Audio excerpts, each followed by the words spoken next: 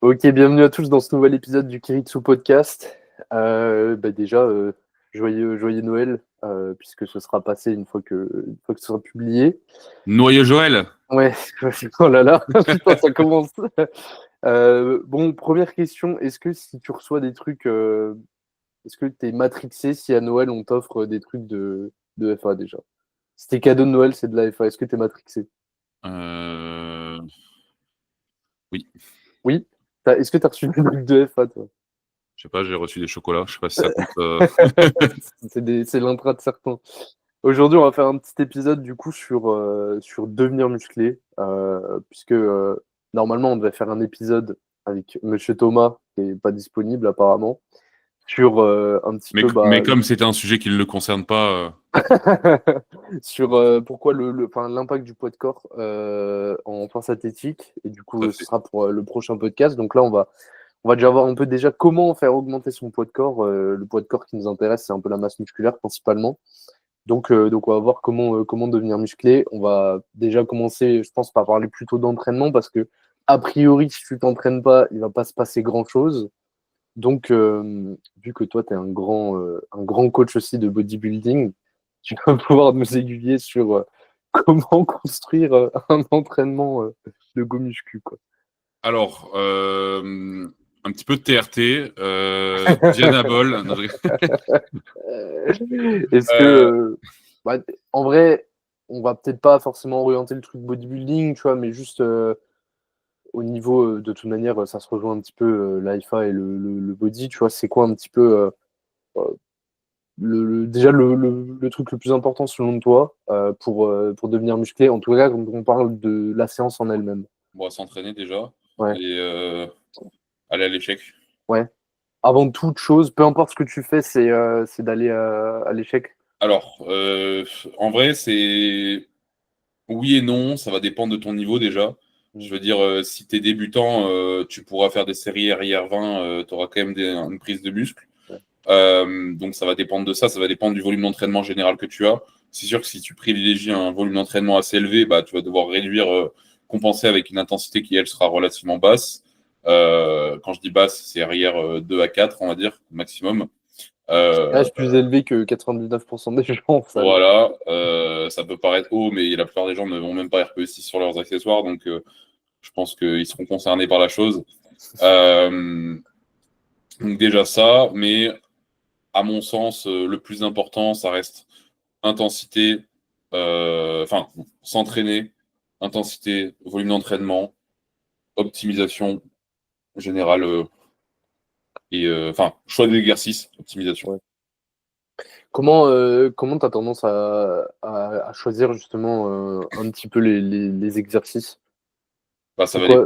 ça va dépendre déjà des envies de l'athlète. S'il a Ouais. envie d'avoir tel ou tel exercice, ou justement s'il n'a pas envie d'avoir tel ou tel exercice, j'essaie généralement de suivre un peu leurs envies et tout simplement parce que plus l'athlète aura une programmation qui lui plaira, bah, plus il aura envie de s'entraîner et plus il ira à l'échec. Ouais. C'est aussi simple que ça. Bien sûr, ça dépend. S'il me dit un choix d'exercice absolument aberrant, bah, je vais lui dire, mon pote, non. Non. Mais après, c'est pas très compliqué. En vrai, tu prends plus ou moins ses points faibles ou points forts musculaires. Tu essayes de commencer sa séance selon déjà l'organisation de séance qu'il aura. Commencer la séance par ses points faibles, entre guillemets. Si tu un point faible biceps, mais que tu fais une séance pool en finissant par les biceps, pose-toi des questions. T'as rien compris, quoi. Euh, voilà. Donc ça, si tu te retrouves avec 4 exercices de chaque sur chaque séance, alors que tu as une séance avec, on va dire, multimusculaire, pareil, pose-toi des questions. Comment tu veux mettre une intensité suffisante et avoir des séances productives quand tu as 4 exercices biceps qui, au final, se résument à une flexion de coude. Enfin, je sais pas, Ouais. avoir un petit peu de cohérence là-dessus aussi. Est-ce que toi, c'est un truc genre enfin, avoir deux exercices dans la séance qui sont globalement les mêmes patterns, est-ce que pour toi c'est un truc qui a du sens ou c'est un peu con? Genre, admettons, Ça a du sens. tu fais du bench et derrière tu vas faire, je sais pas, un bench halter, tu vois. Tu fais du Alors bench déjà, je de- ne mets pas de bench dans une prog de body. Bon, après, si on parle de FA, il n'y a pas de souci, encore une fois. Encore une fois, ça dépend de la tolérance de la personne. Si la personne me demande d'avoir du bench tout court, alors que je la coach en muscu classique ou en body, peu importe, c'est relativement la même chose, je vais lui mettre du bench. Et non, je ne vais pas forcément mettre un développé couché halter. Hormis s'il me demande en plus de ça d'avoir un développé couché halter, à un moment, je vais lui dire, mon pote, il faut faire des choix dans la vie aussi. Ouais. Généralement, j'aurais tendance à mettre entre 1 et 3 exercices par groupe musculaire par séance, maximum. Donc, généralement, quand j'ai 2 exercices, je vais ou avoir 2 exercices polyarticulaires, mais avec 2 angles relativement différents, ou alors un exercice polyarticulaire, un exercice monoarticulaire, exercice d'isolation, exemple couche halter et butterfly, par exemple. Oui, c'est possible. Après, même si c'est 2 exercices relativement différents, le développé couché halter est quand même vachement modulable, donc tu peux te retrouver avec un angle relativement différent d'un couché classique, quoi.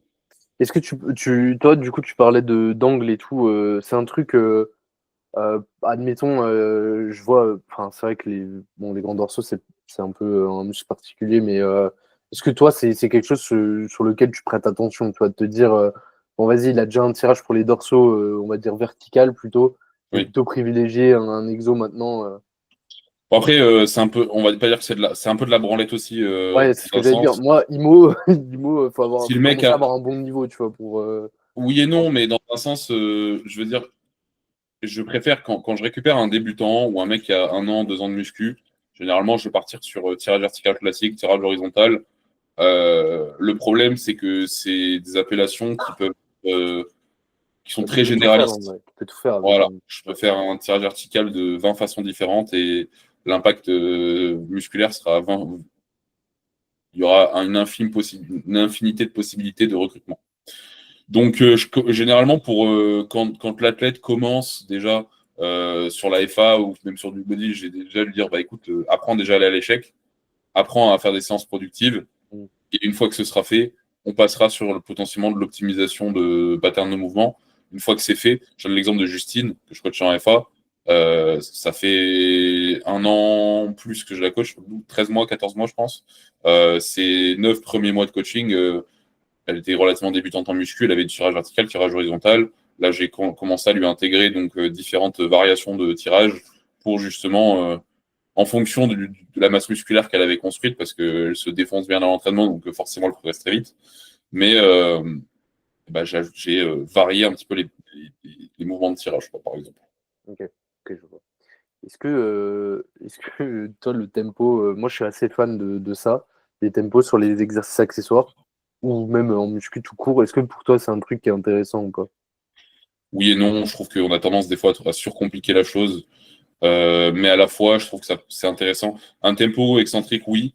Après, des fois, ça devient chiant, en fait. Je sais pas, juste. Il y a des périodes sur lesquelles j'aime bien et des périodes sur lesquelles, en fait, juste, ça me pète les couilles. Tu vois. J'ai juste envie de me dire, OK, j'y vais, je me détruis. Toi, Bien sûr, t'es en mode en gros, de toute façon, si c'est je assez suis lourd, pas un, naturellement ton corps il va mettre un tempo, quoi. je suis pas un gros débile quand je dis ne pas mettre de tempo, c'est avoir 2 secondes de descente, mais ne pas faire de pause, tu vois. Mm. Genre, mais après, faire le truc du genre. 3-4 secondes de descente, une pause d'1 à 2 secondes, je repousse. Ouais. J'aime bien, ça dépend des exercices. Euh, mais moi, tu me mets un big chest press ou un tirage horizontal ou quoi que ce soit, en fait, ou un DOP militaire, j'aime bien y aller, me bousiller. Ah, j'ai une très bonne technique, mais juste, je me prends pas la tête à faire une pause en bas, faire le truc, Mais etc. tu vois, moi c'est plutôt sur ce genre d'exo que j'aurais mis en tempo, et j'aurais blast Mais plutôt des exos. encore une fois, je dis ne pas mettre de tempo, mais je fais un tempo au moins 2 secondes, Ouais. tu vois. Donc, c'est juste pour pas perdre d'énergie. Et encore une fois, ça dépend de l'exercice. Comme je suis quand même relativement balèze, j'arrive très vite sur un mouvement aux haltères à 50-60 kilos sur le pare-bras. Toutes Ça les te permet salles, de continuer de progresser avec la même charge. voilà, c'est ça. Et à ce moment-là, j'applique un tempo. Ou alors, je vais juste sur une autre machine, tu vois. Ouais. Généralement, j'aurais tendance à faire, c'est tant que je suis loin du max de la machine, j'y vais un peu plus comme un bourrin. Et une fois que je me rapproche une fois que j'ai max la machine en fait en mode bourrin, je reviens un peu en arrière, je restandardise un petit peu ma technique et je relance une petite progression là-dessus, quoi. Ouais. Bah, en vrai, c'est ce que j'allais dire. Moi, le tempo, je trouve que, tu sais, en début de cycle, un peu sur un exo, je trouve que c'est intéressant. Après, le problème, c'est qu'au bout d'un moment, tu commences à être limité. Et je trouve que justement commencer à tricher un peu sur tes standards, ça peut être intéressant. Et tu vois, quand ça commence à vraiment ressembler à plus grand-chose, bah, tu vas rechercher un peu de tempo. Généralement, quand je fais des cycles de 3, 6, 9 mois avec mon athlète qui progresse, mais qu'à un moment je vois que ça commence à devenir trop dégueulasse, je lui Change dis, de fourchette. ou je change des fourchettes et je mets une fourchette plus haute, ou alors je lui dis bah baisse la charge de 10 kilos, restandardise et remonte progressivement comme tu le faisais avant. Certes, tu fais un pas en arrière, mais en fait, tu feras 3 pas en avant par la suite, quoi. En Mm. fait. Moi, ce que j'aime bien faire, c'est potentiellement d'avoir top set et back off sur les accessoires. Et quand je vois que ça devient dégueu, en gros, le back off devient un peu le top set, tu vois, et je relance à partir de là, tu vois.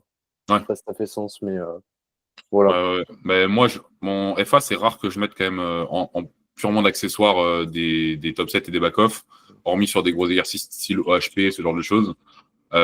Mais par exemple, en body, c'est quelque chose que je fais quand même relativement souvent, tu vois.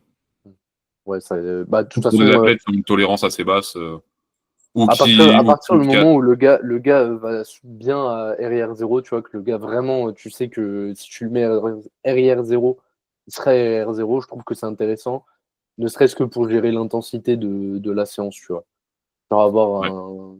soit un top set avec des RIR, ou inversement un top set RIR0, et des back-off avec justement des RIR, quoi. Le problème Euh, avec les athlètes que je coach en body, c'est que c'est un peu des Mongols, c'est-à-dire que si c'est pas RPE10, ils se font chier, donc en fait, j'ai pas la possibilité de changer le. En fait, si je change le RIR, que je mets RIR2, ils vont quand même faire elle est... l'écoulement et aller à RIR0.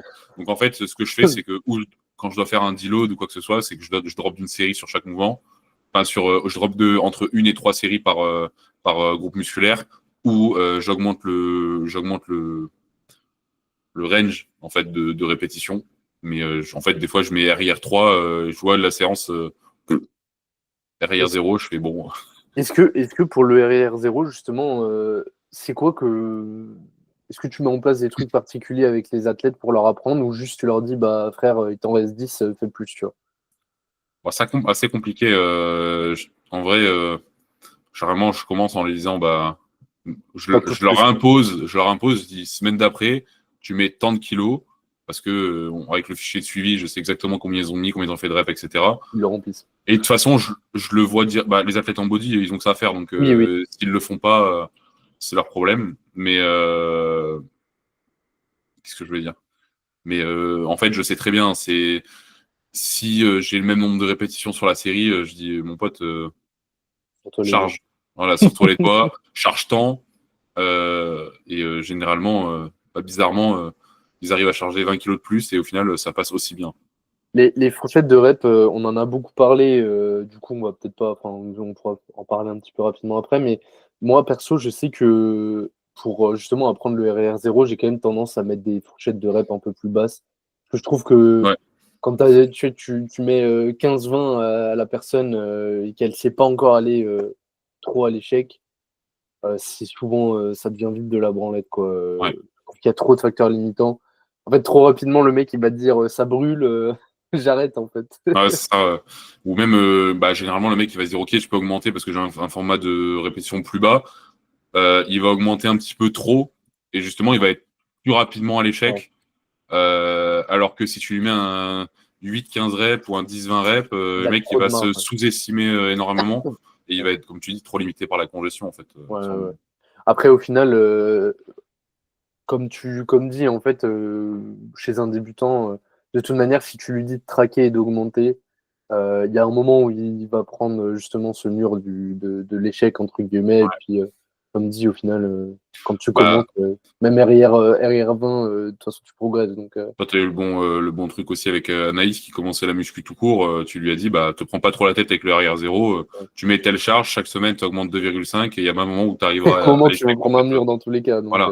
Mais que ce soit directement ou justement dans 6 mois, en fait, si chaque semaine tu augmentes, tu fais une surcharge progressive, même si c'est pas à l'échec, tu as quand même une prise de muscle, en fait. oui, oui. Et En vrai, je... dans l'absolu, le RR0, c'est juste histoire de que ce soit assez stressant pour ton corps. Mais Ouais. en fait, quand t'en fais pas du tout, t'as pas besoin d'être. En fait, rien que bouger, en fait, faire de la muscu, ça devient un stress suffisant, même si très loin au final de l'échec.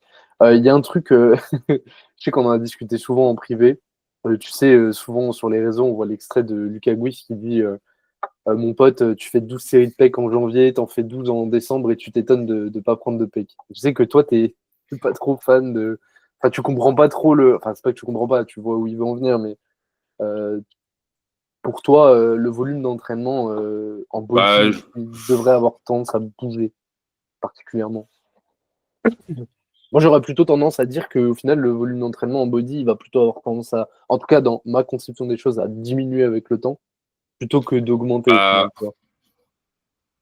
comment en fait, c'est prendre une seule variable d'entraînement, c'est assez bête en fait. Je veux dire, si ton volume d'entraînement ne bouge pas, mais que tes charges augmentent, en fait, le stress augmente. En fait, il y a surcharge progressive. Il n'y a pas d'intérêt d'augmenter. Mais si tu pars du principe que t'es à 10 séries, où tu dois absolument augmenter parce que, oh bah, oh Pélo, je te rappelle, ça fait un an, tu es sur le même volume, là tu régresses. Ouais, mais mes charges augmentent. Mais non, mais tu vas régresser, t'inquiète, on va augmenter de 2 séries encore. C'est pas comme ça que ça fonctionne en fait. À partir du moment où en fait, il n'y a rien à. Et c'est ça qui est. C'est un peu pareil quand en fait, c'est la même chose qu'en FA, c'est juste Ouais. de l'analyse de data, mais c'est si tu progresses en fait, mais ne change rien, tu vois. Et tu peux, il y a une autre manière, tu vois, il y a augmenter le nombre de séries, mais tu peux très bien aussi euh, garder le même nombre de séries, mais split tes 2 exercices en 3, ça va relancer une progression. Ou split ta fréquence en 2, si t'avais qu'une seule fréquence sur le truc. Enfin, il y a tellement de manières de relancer une progression, ou même de progresser tout court que c'est. Et puis pour en arriver là, honnêtement, il faut déjà avoir pas mal d'expérience pour vraiment que, Ton volume soit impactant. voilà, Ouais, je suis voilà. d'accord. Enfin, quand je dis pas mal d'expérience, il faut que, surtout que l'athlète soit très assidu et qu'il aille déjà RIR 0 et après on verra, tu vois. Mais en fait, moi, le truc, c'est que je comprends pas l'idée parce que, à mon sens, hors changement d'objectif, tu vois, tu as envie de mettre en avant certains trucs dans une optique de body et à ce moment-là, augmenter, enfin, faire bouger ton volume, ça peut être intéressant. En fait, je comprends pas parce que pour moi, justement, plus tu prends d'expérience, plus tu deviens fort, plus en fait, si tu es RIR 0 par exemple, ton entraînement va être de plus en plus taxant. Au final, je pense qu'il y a, en fait, en prenant de l'expérience, je pense que tu as plus besoin à l'inverse de diminuer ton volume ou de trouver un moyen d'en faire différemment dans ta semaine, tu vois. Tu parlais de fréquence, etc. Plutôt que d'augmenter en fait ton volume à l'infini parce que à un moment, si tu fais 22 séries RR0 et que tu es fort, normalement tu tiens pas très longtemps, quoi. Alors oui, c'est taxant, mais après, je serais pas forcément partisan pour baisser le volume d'entraînement. Encore une fois, je pense que c'est comme en F1 en fait, c'est chacun a plus ou moins une capacité à encaisser, une capacité de travail qui est journalière, hebdomadaire. On va développer Euh, ta capacité de travailler. non, pas forcément. Non, je suis pas forcément. Déjà, même en Je F1, sais je que suis pas fort. Oui, Je je suis sais pas. que t'aimes pas ça, ouais. Je suis. Enfin, Je comprends pas le concept. si, je comprends, non, mais je comprends l'idée, mais en fait, il y a un moment où si t'as 5 ans d'OFA, ta capacité de travail, elle est bien développée, en fait, bâtard. Mais bon, c'est pas grave. Euh, Qu'est-ce que je voulais dire? Oui, donc ta capacité de travail, en fait, journalière, vu que tu auras des entraînements qui seront beaucoup plus stressants, et surtout que bah, plus tu pratiques, plus tu te réduis aussi. Donc, tu es beaucoup plus exposé aux blessures du fait qu'il y ait plus de charges. Donc, oui, potentiellement, tu auras besoin de plus split tes entraînements. Euh, mais encore une fois, c'est vraiment du cas par cas. Et je dirais à la rigueur, conserver un volume d'entraînement, ok, mais à ce moment-là, essayer de plus moduler l'intensité dans les séances, dans les semaines. Donc, par exemple, sur le mésocycle, en fait, tu vas commencer, au lieu de commencer RIR0 et faire pour les débutants, moi, ce que je fais, c'est que je leur dis RIR0 tout le temps, en fait, ou pour ceux qui ont beaucoup de mal à s'estimer, RIR0 tout le temps. Mais justement, pour un avancé, j'aurais tendance à lui dire, OK, on commence RIR2, semaine 3, enfin, semaine 2, semaine 3, RIR1, semaine 4, RIR0. Et selon les exercices que c'est, par exemple, les exercices monoarticulaires, je vais commencer à RIR1 et je vais leur dire à partir de la deuxième semaine ou de la troisième RIR0. Sur des exercices plus taxants comme un squat ou un squat à la Smith, un développé couché halter ou un tirage, en tout cas un mouvement, on va dire, avec des charges libres, j'aurais tendance à mettre un RIR plus haut quand on commence un bloc, parce que il y a plus de facilité à créer de la fatigue, parce que c'est plus instable que sur une machine. Et puis surtout que l'incrémentation est plus compliquée aussi. Mais voilà. Ok. Est-ce que par rapport à la fatigue, justement, toi, tu penses quoi du deload, on va dire, proactif, tu vois, est-ce que les athlètes, on va dire go muscu que tu leur programmes des deloads déjà à l'avance Non. ou tu fais tout en Non, non, non, réactif? non, je fais tout en réactif. Généralement, tu le vois, il y a un drop de performance ou alors juste ils sont bousillés. Et du coup, je leur dis, OK, là, on va faire un bloc. Au lieu d'être R0, je leur mets RR4. Le problème, en fait, c'est le même. C'est que ces Golemons, en fait, ils vont quand même à l'échec. Donc, en fait, je suis obligé de drop le volume par 2 et ils Ouais, voilà. récupèrent et après, je réaugmente.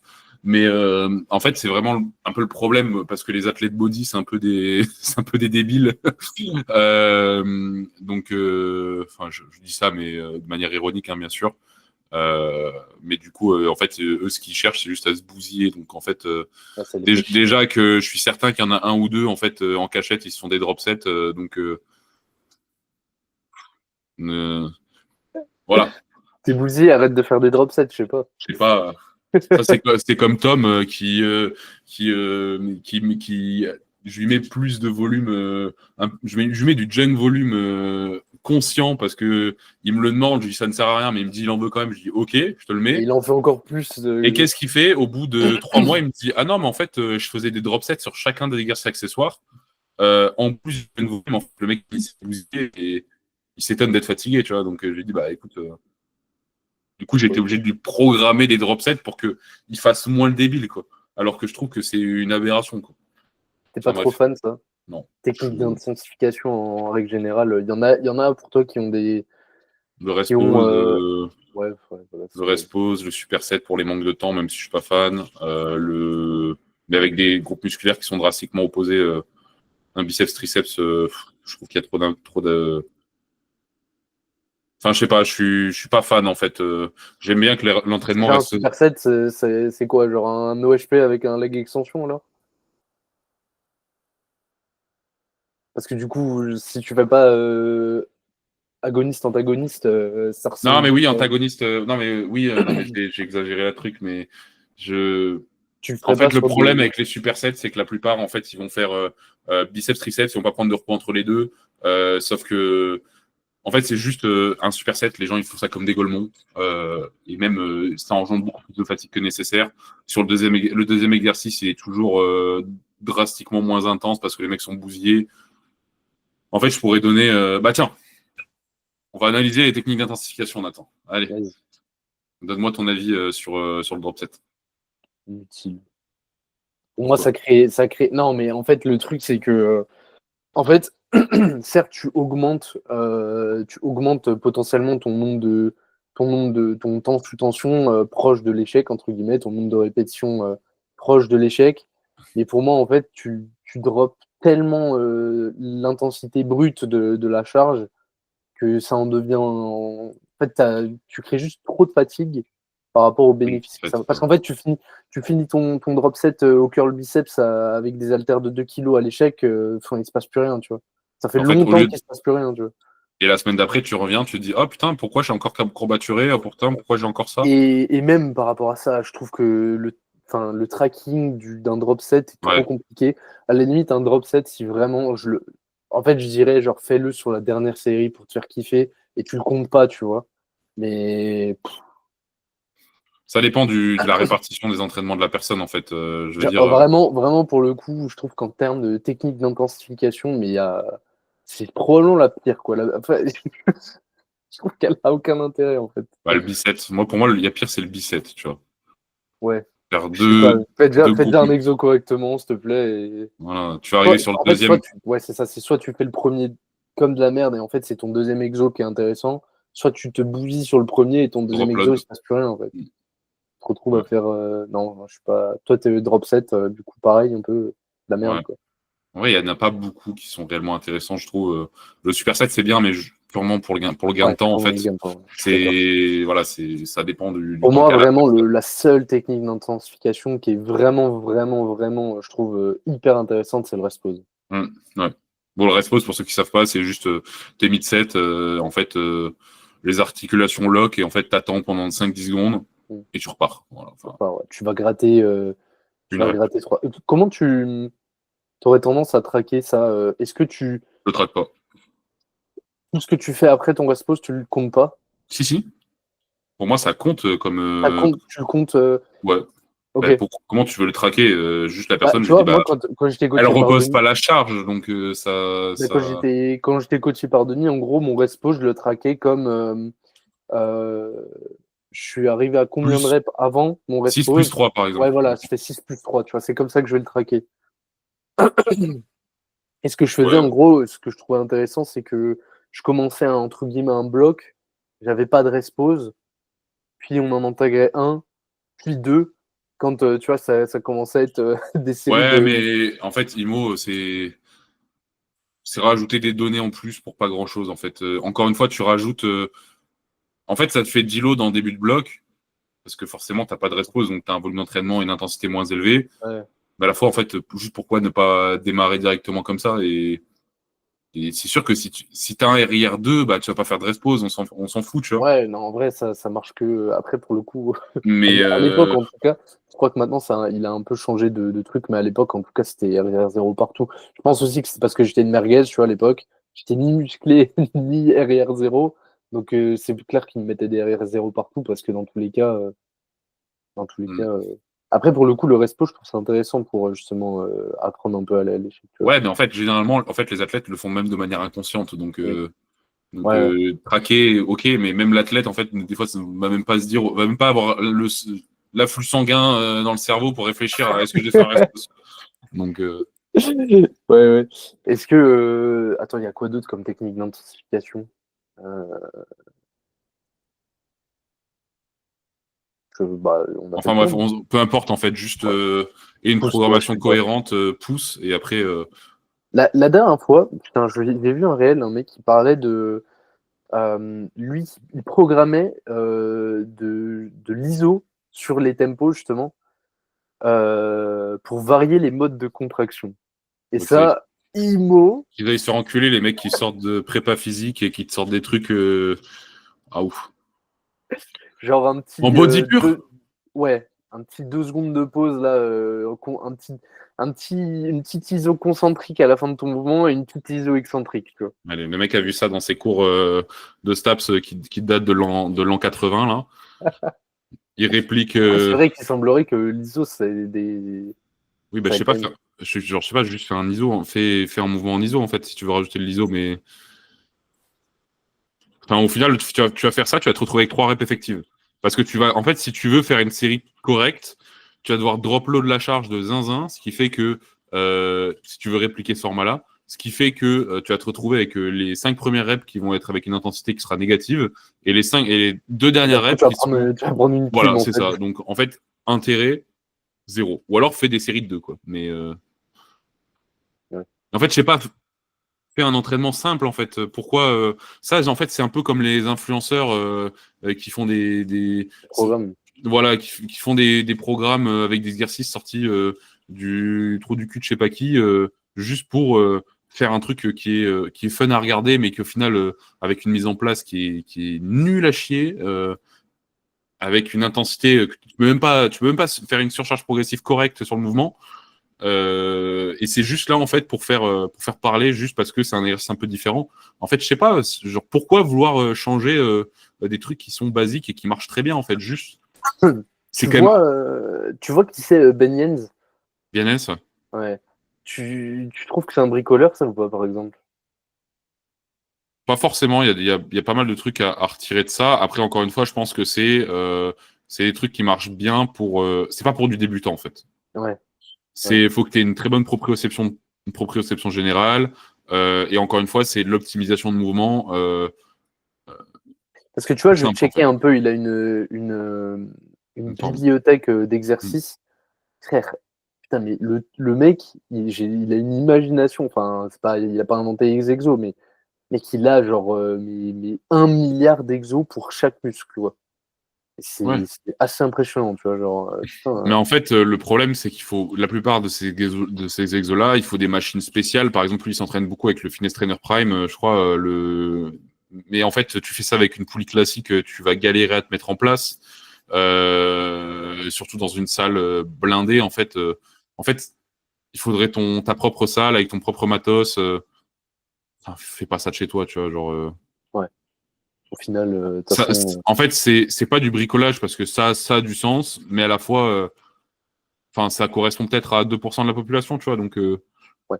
C'est pas utile à ton sens. en fait, quand tu vas en salle de sport, déjà, la plupart, ils arrivent même pas à faire une série à l'échec. La plupart, ils se plaignent d'avoir un physique de chips et ils s'entraînent pas correctement. Enfin, je sais pas, va à l'essentiel, en fait, tu vois. Ouais, je suis assez d'accord. Je vais me faire roast parce que je traite les gens de chips. Non, après, et que je suis désolé, tu vends le commercial, c'est un peu le lot, quoi. C'est un peu le lot. Et je m'inclus dedans, donc ça va. J'ai le droit d'être j'ai Moi le aussi, droit moi d'être aussi, virulent, je moi m'inclus aussi, dedans. je m'inclus dedans. Je Ok, m'identifie comme une chips. grave. C'est mon genre aujourd'hui. Bon, changeons de sujet. Est-ce que au niveau de l'entraînement, il y a des trucs que tu voulais rajouter? Je pensais parler un petit peu de Non, ce qui ressort un peu, ce qui se passe le bah, reste du temps, vite en fait. gros, les basiques, parce qu'il y en a beaucoup qui ont tendance à surcharger de volume d'entraînement, surtout les débutants. En fait, je sais pas, essayer d'avoir 1 à 3 exercices par groupe musculaire, avoir Deux, trois entre séries. 2, 4 séries, allez. entre 2 et Déjà 6 4, tu séries, me fais chier. entre 2 et 6 séries par jour, entre, allez, 7 et 12, 13, 7 par semaine. Et déjà, t'auras fait le taf sur chacun des groupes musculaires. En comptant que quand tu fais les biceps, il faut aussi que tu comptes ton volume de tirage parce qu'il rentre aussi dedans. Ah, Euh, intéressant. C'est un truc que tu traques, ça? Putain, moi, pas du tout. en Moi, fait, je considère ça comme un plus, mais je le compte pas dedans, tu vois. je le compte pas, mais en fait, je vais le traquer un peu comme 2 séries de tirage ou 3 séries de tirage égale à une série de biceps. Tu vois. Ah ouais, quand même. Genre un exercice tirage égale une série de biceps. Tu vois ce que je veux dire?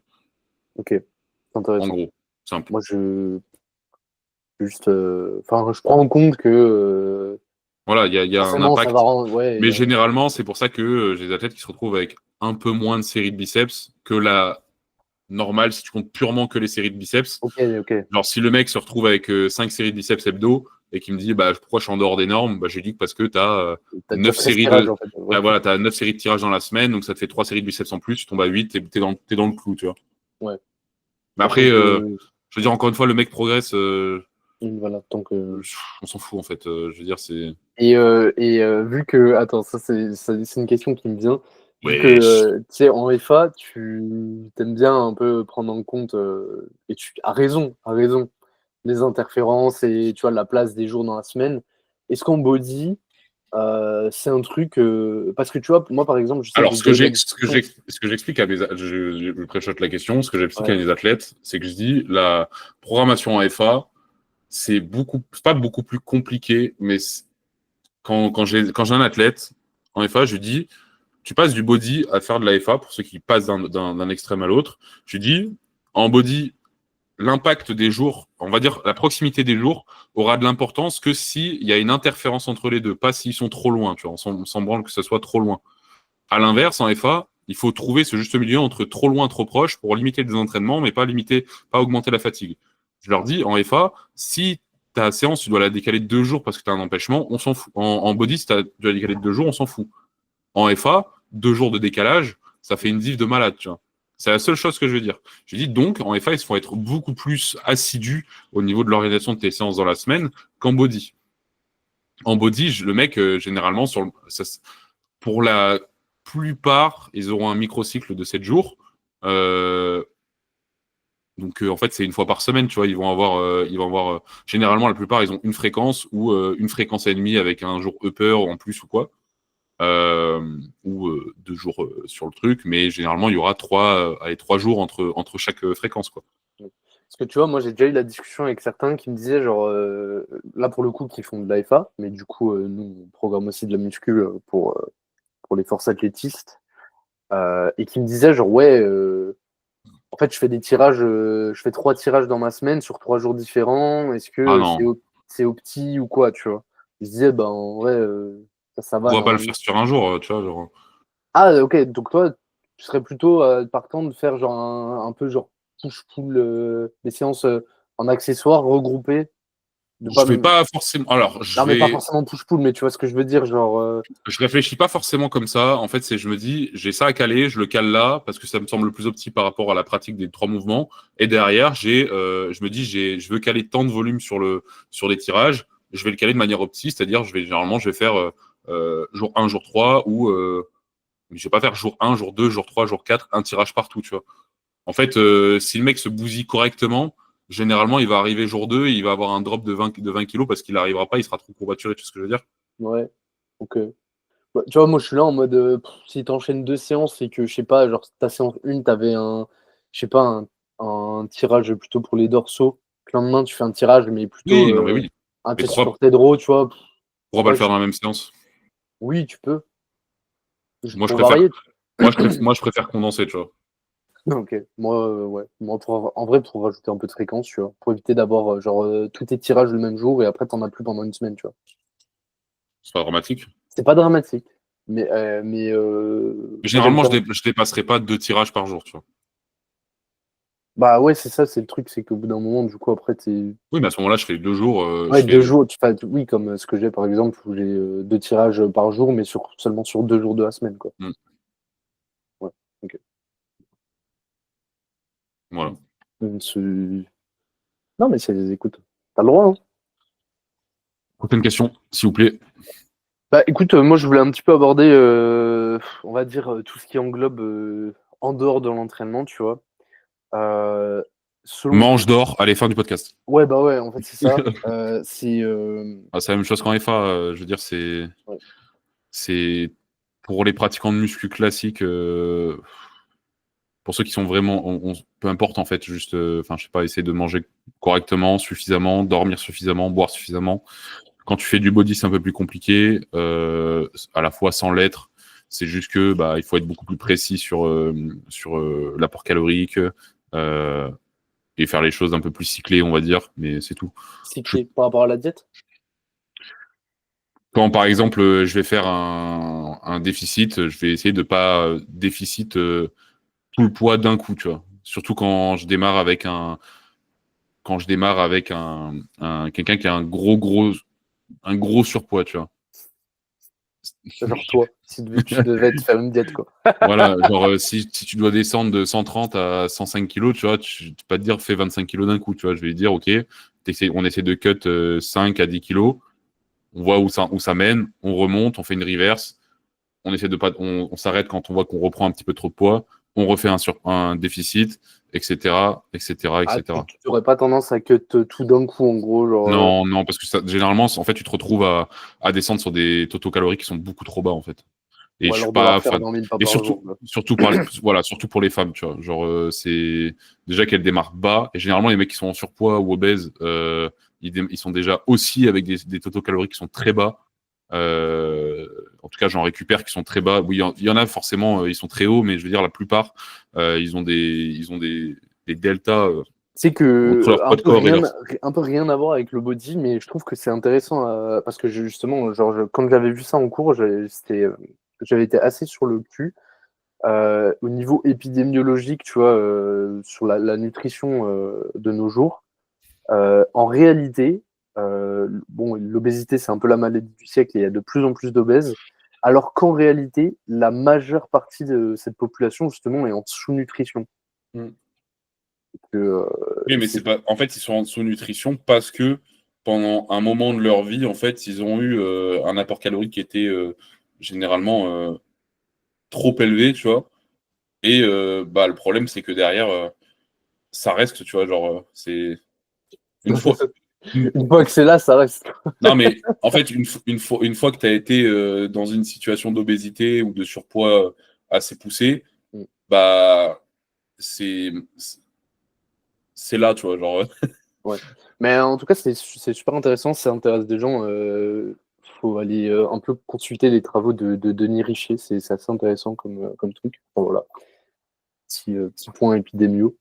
Mais ouais, je vois ce que tu veux dire. Après, de toute manière, c'est difficile aussi à dire quand, tu sais, par exemple, tu fais 130 kilos, admettons, de dire genre, ouais, je serais bien à partir de ce poids-là, tu vois. Au final, Mais j'aurais tendance. la plupart se le disent, tu vois. Ouais, mais en fait, au final, je sais pas, le truc le plus intéressant, à mon avis, c'est de se fixer surtout. Et ça dépend ce que tu appelles je serais bien aussi, tu vois. La Ouais. plupart, le problème, c'est que la plupart des gens, Je pense qu'ils seront bien à un poids. J'ai un poids, en fait, c'est ce poids, moins encore 10 kilos. ou l'inverse, hein, des fois, ils se disent, Ouais, ils sont à 80 kilos, ils se disent, il faut que je sois à 60 kilos. Bah non, en fait, tu vois, genre, encore une fois, il y a le poids que tu aimerais et le poids qui est bon pour la ouais, santé aussi, tu vois. ouais. Et puis, en plus, c'est trop dépendant de. Parce que tu vois, tu prends un. Admettons, tu prends un mec en obèse, par exemple, pas obèse, tu vois, mais genre vraiment en surpoids et qui a jamais fait de muscu. En fait, ça se trouve, il va pas perdre tant de poids que ça, mais vu qu'il va recomp, en fait, au Ouais. final, il y aura peut-être genre 10 kilos d'écart, mais son physique, il aura rien à voir parce Si t'as un que déficit, un mec obèse, dans tous il les cas, aura.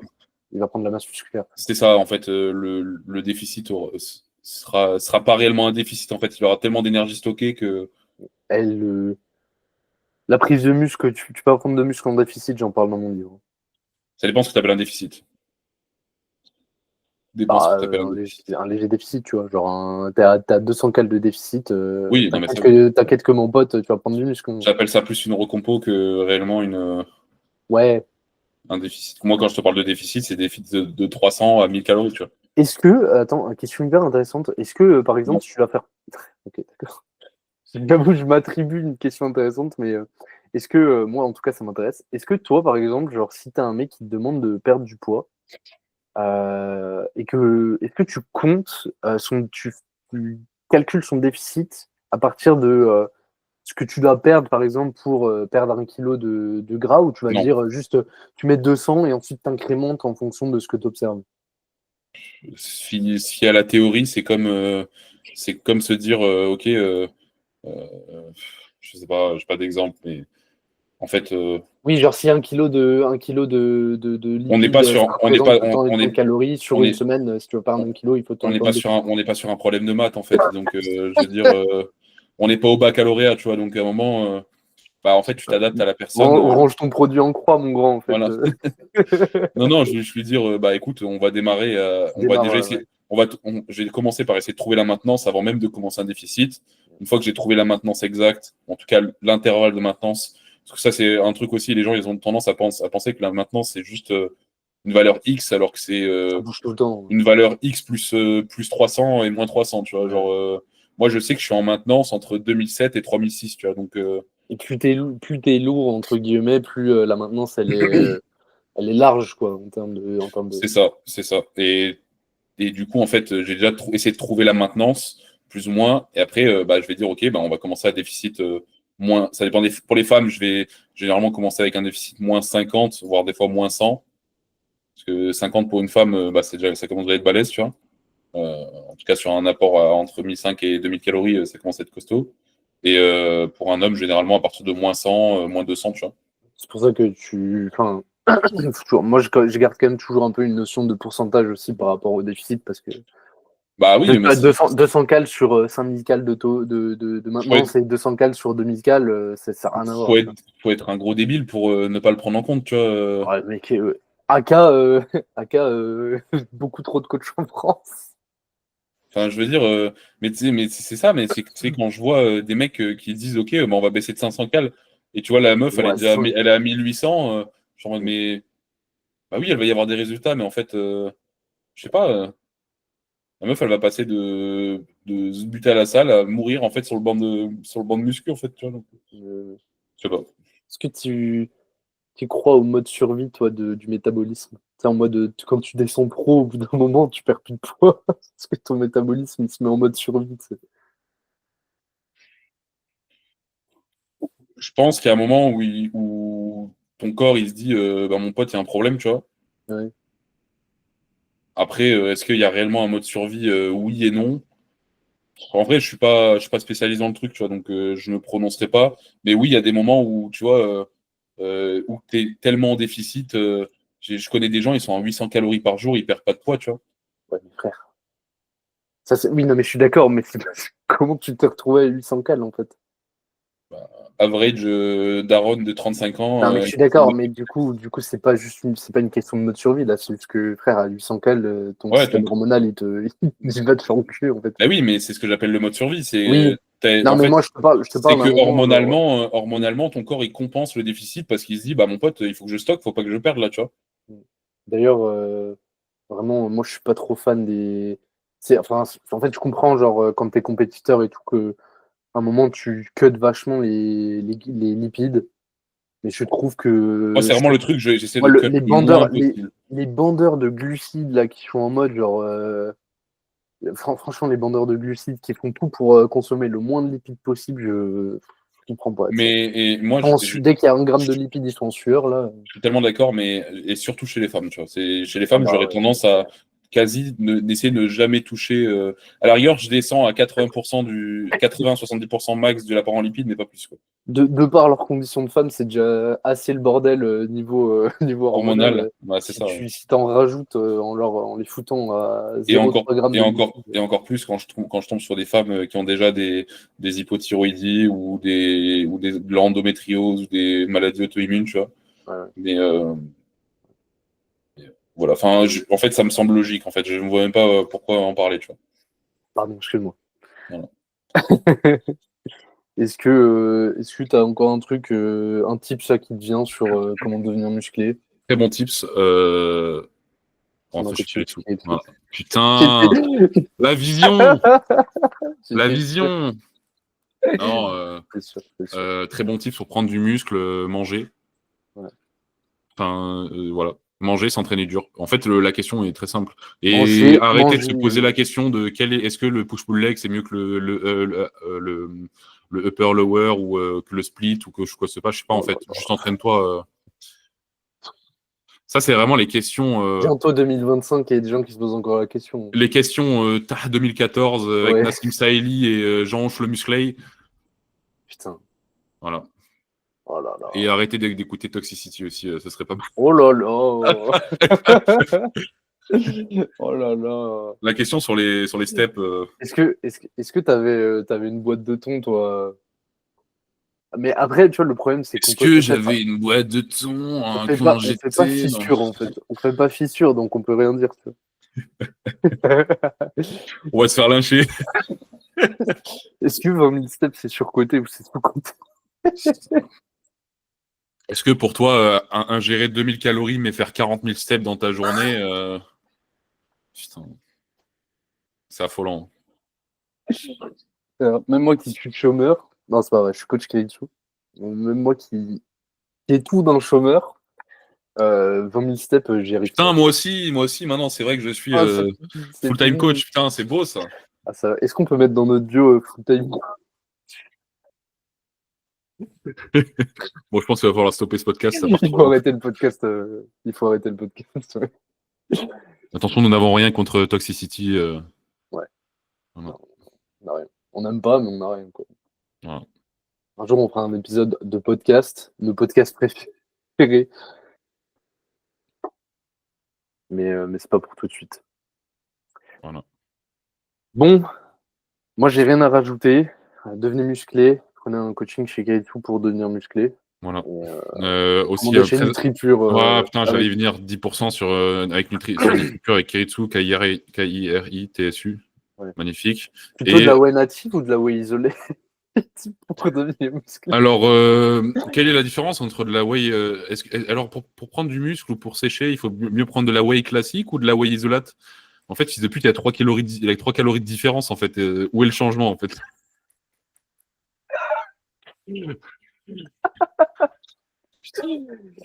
C'est bientôt Oh, c'est cadeau là, la fin du Tu sais, ça, podcast. c'est le pire, c'est quand tu arrives en salle de sport et que les gens te demandent, et tu sais, les gens te prennent pour un mec lunaire, tu sais, juste à être, en fait, à être un minimum intelligent. C'est les mecs te demandent qu'est-ce que tu prends qu'est-ce qu'il faut prendre entre de la native et de l'isolate alors que de toute manière ils vont Peu acheter importe. Biotech, tu vois. Ça me Avec termine. du lait ukrainien. Ou alors on me dit ah non mais regarde j'ai eu cette whey elle est algérienne mais elle a 95% de protéines C'est la pour whey, 100 grammes. Je fais comment elle s'appelle, la pâte à tartiner, là? elle mordait.